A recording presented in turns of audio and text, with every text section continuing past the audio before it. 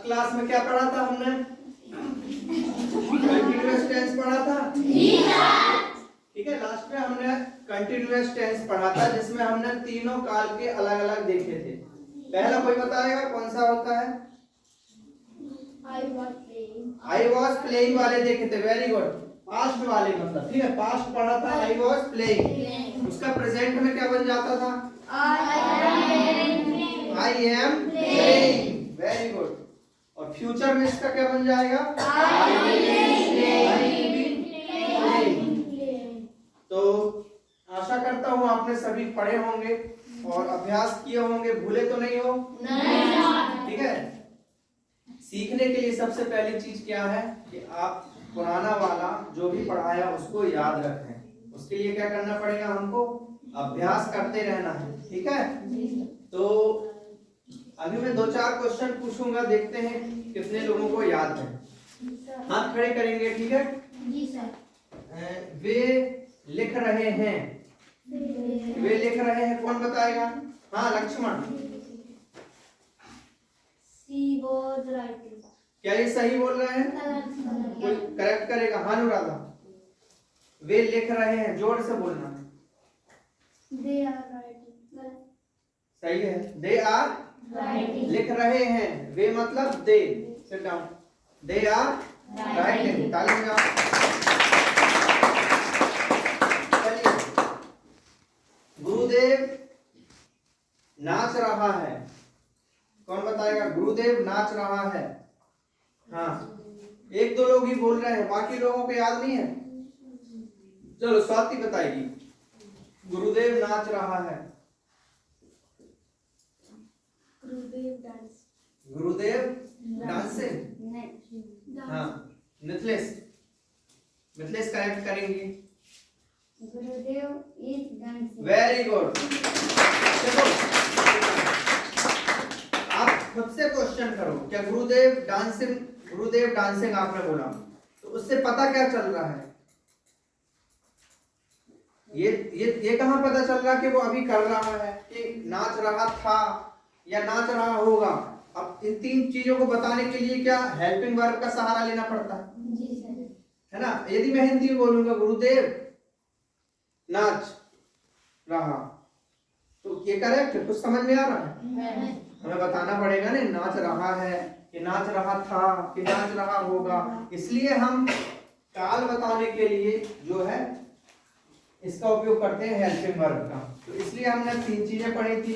जब हम भूतकाल में कोई चीज कर रहे होते हैं तो वाज या वर लगता है। अब उसमें भी कंडीशन बताई थी। वाज कहाँ लगेगा वो सब आपको इस पोस्टर में मिल जाएंगे, जो चार्ट मैंने तैयार किया। आप इसको बार बार देखिए। ठीक है, लंच में घूमते घामते आए, एक सेंटेंस तीनों का पढ़ा, आपको रिमाइंड हो जाएगा, भूलोगे नहीं आप, है ना। इसलिए ये चार्ट लगाए गए हैं। यहाँ वहां से घूम घाम के आए, देखे हमने, अरे हाँ ये देख लेता हूँ। आई वॉज प्लेइंग, मैं खेल रहा था, मतलब था लगा है तो वॉज लगा है। मैं खेल रहा हूँ, आई एम प्लेइंग। ठीक है, एम लग गया। देखो मैं था तो वॉज लगा, हाँ याद रहेगा आपको, बार बार पढ़ोगे। अब मैं खेल रहा हूँ तो एम लगा दिया मैंने। मैं खेल रहा होऊंगा तो विल भी लगा दिया। तो आपको ये चीजें याद रखनी है। और याद कब रहेंगी? जब आप बार बार अभ्यास करेंगे, है ना। जैसे हम सी के साथ वॉज लगा है ना, अब वॉज ठीक है, वर कहाँ लगता है दिमाग में आएगा। तो देखो वी और दे, जो भी बहुवचन है उसके साथ WERE लगा है। तो इसमें सारे टाइप के जो है सब्जेक्ट के साथ मैंने हेल्पिंग वर्ब का इस्तेमाल किया ताकि कोई भी क्वेश्चन ना छूटे। जैसे ये 2 लोगों की बात कर रहे हैं, मिथिलेश और साहिल, तो 2 लोग हो गए मतलब बहुवचन। तो देखो इसके साथ वर लग गया WERE, है ना। सिंगल है तो वॉज लगा है ना। अंकिता के लिए तो देखो अंकिता के साथ वॉज लगाया है मैंने, है ना। तो वॉज और वर में क्लियर रहेगा तो आपके सेंटेंस व्याकरण की दृष्टि से सही बनेंगे, है ना। इसी तरीके से प्रेजेंट में हम एम लगाते थे आई के साथ, सिर्फ आई ऐसा सब्जेक्ट जिसके साथ एम लग रहा था। इसी तरीके से सी ही इसके साथ इज लग रहा है ना। और दे और जो बहुवचन है उसके साथ आर लग रहा है। जो हम भूतकाल में वर्ब लगाते थे भूतकाल में, ठीक है, बहुवचन के साथ, वो प्रेजेंट में आर का काम करता है। ठीक है, लेकिन फ्यूचर में अच्छी बात है कि आई हो, ही हो, बहुवचन हो, एक वचन हो, सबके साथ विल भी लगा दो। तो वहां से आपको ये ध्यान देखना है कि फ्यूचर का सेंटेंस है होगा, कर रहा होऊंगा, नाच रहा होऊंगा, है ना, तो उसमें विल भी का उपयोग करना है, ये ध्यान रखना है। तो आपको इतने सारे सेंटेंस बनने लगेंगे। तो कितना आसान है, बस आपको अभ्यास करना है।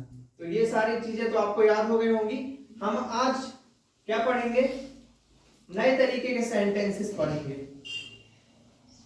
जो मैंने चार्ट के माध्यम से आपको दिखाने का प्रयास किया है। ये देखो चार्ट में लिखा है इंडेफिनेट। इंडेफिनेट को हम सिंपल टेंस भी कहते हैं, ठीक है। तो सिंपल टेंस क्या होता है, कोई बताएगा?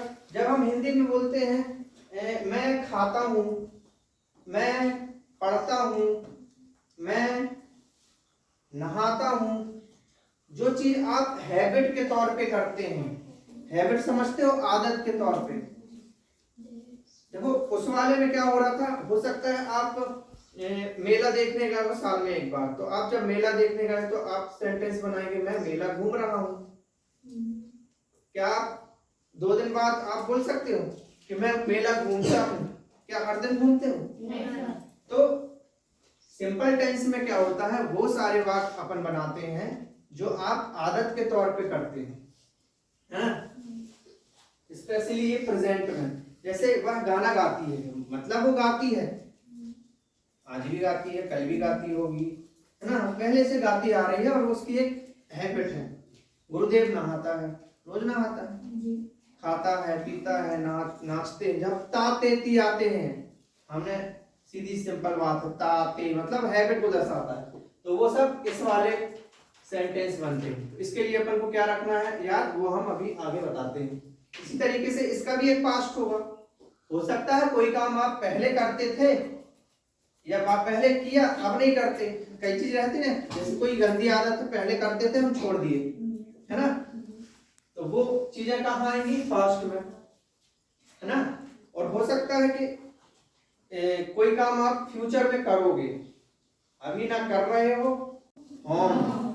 मैं घर जाऊंगा, तो जहां ये आएगा जाऊंगा, खाऊंगा, नहाऊंगा, है ना, मैं पढ़ूंगा, मैं होमवर्क करूंगा रात में, मैं रात को डिनर करूंगा, है ना, I will eat dinner tonight, है ना, मैं होमवर्क करूंगा 7 बजे, I will do my homework eight 7 PM। कितना आसान है ना। अच्छा, सारे सेंटेंसेस में आपने एक बात नोटिस की होगी कि सब्जेक्ट तो सब में देखो वही लगा रहे हैं हम, मैं को मैं आई भी बोलता हूं, शी है तो वह है, ही है तो वह है ना, क्रिया भी वही है, सिर्फ एक चीज चेंज हो रही है, रहा हूं, रहा है में आईएनजी लगा दे रहे हैं अपन, इसमें डायरेक्ट क्रिया यूज कर रहे हैं। बदल क्या रहा है सारे सेंटेंस में, जो एक यूनिक सेंटेंस बना देता है, क्या बदल रहा है, कोई बताएगा? ऐसी कौन सी चीज है जो हर सेंटेंस में अलग बन जाती है? जैसे मैं खाऊंगा बोलूंगा तो आई विल ईट, मैं खा रहा हूं तो आई एम ईटिंग, मैं खा रहा था तो आई वॉज ईटिंग, मैं खा रहा होऊंगा आई विल बी ईटिंग। क्या बदल रहा है इनमें? काल बदल रहा है। हेल्पिंग वर्ब, हेल्पिंग वर्ब मतलब आपने ये देखा होगा, इसमें वॉज लगा, इसमें एम लगा, इसमें विल बी लगा। क्या हम इसको बस याद रख ले तो आपसे पूरे टेंस समझ में आ जाएंगे और आप इंग्लिश बोलने लगोगे। बहुत आसान है कि नहीं? इसी तरीके से आप देखो फ्यूचर, प्रेजेंट में आप मुद्दे में आते हैं, सब्जेक्ट में बीच वाले से स्टार्ट करेंगे हम, ठीक है। मैं खाता हूं, इसमें डायरेक्ट क्या बोलते हैं, सब्जेक्ट के साथ सीधे क्रिया लगा देते हैं, सबसे सिंपल चीज। मैं खेलता हूं, आई प्ले, आई के साथ सीधा प्ले लगा दिया, है ना, और खेल रहा हूं तो आई एम प्लेइंग हो जाएगा, ठीक है ना। तो जो आपको अच्छे से समझना है हेल्पिंग वर्ब कौन सी कहां लगेगी, आपसे सारे सेंटेंसेस बनने लगेंगे, समझ गया ना। इसलिए ये इंपॉर्टेंट है और इसके लिए क्या चाहिए हमें, बार बार revision. Revision is the key of success. आप जब तक जितना आप ज्यादा अभ्यास करेंगे उतना ज्यादा आप किसी भी काम में परफेक्ट होते जाएंगे, है कि नहीं। तो let's start. I play football, मैं फुटबॉल खेलता हूँ। मैं खाता हूँ, क्या बोलेंगे? आई ईट। मैं नाचता हूँ, आई डांस। सिंपल है। बस इसमें एक चीज याद रखना है, आई के साथ यू, दे और कोई भी बहुवचन डायरेक्ट आपको वर्ब लगा देना है। और ही और सी, आप देखो ही में क्या लगा है, मैंने अंडरलाइन किया है। सी में देखो एस लग गया इसमें वर्ब में, तो वर्ब जो रही उसमें एस लगा दोगे, ही शी और कोई भी नाम के साथ, एक वचन के साथ। जैसे अनुराधा पढ़ती है, अनुराधा रीड्स, टी में एस नहीं लगेगा, टीट में, है ना। इतना सा फर्क है इसमें, याद रखने का बस, ठीक है। और दो लोग कर रहे हैं तो गुरुदेव एंड साहिल आर, साहिल, गुरुदेव और साहिल पढ़ते हैं, गुरुदेव एंड साहिल रीड्स, एस लगा दिया मैंने, नहीं रीड लगेगा इसमें, बहुवचन में एस नहीं लगेगा और एक वचन रहेगा उसमें अपन एस लगा देंगे। जैसे गुरुदेव अकेला करेगा तो गुरुदेव रीड्स, और गुरुदेव साहिल रीड बस लगेगा, समझ गए? तो ये समझ में आ गया। पास्ट में क्या करते हैं हम, जो वर्ब रहती है उसका सेकेंड फॉर्म यूज करते हैं।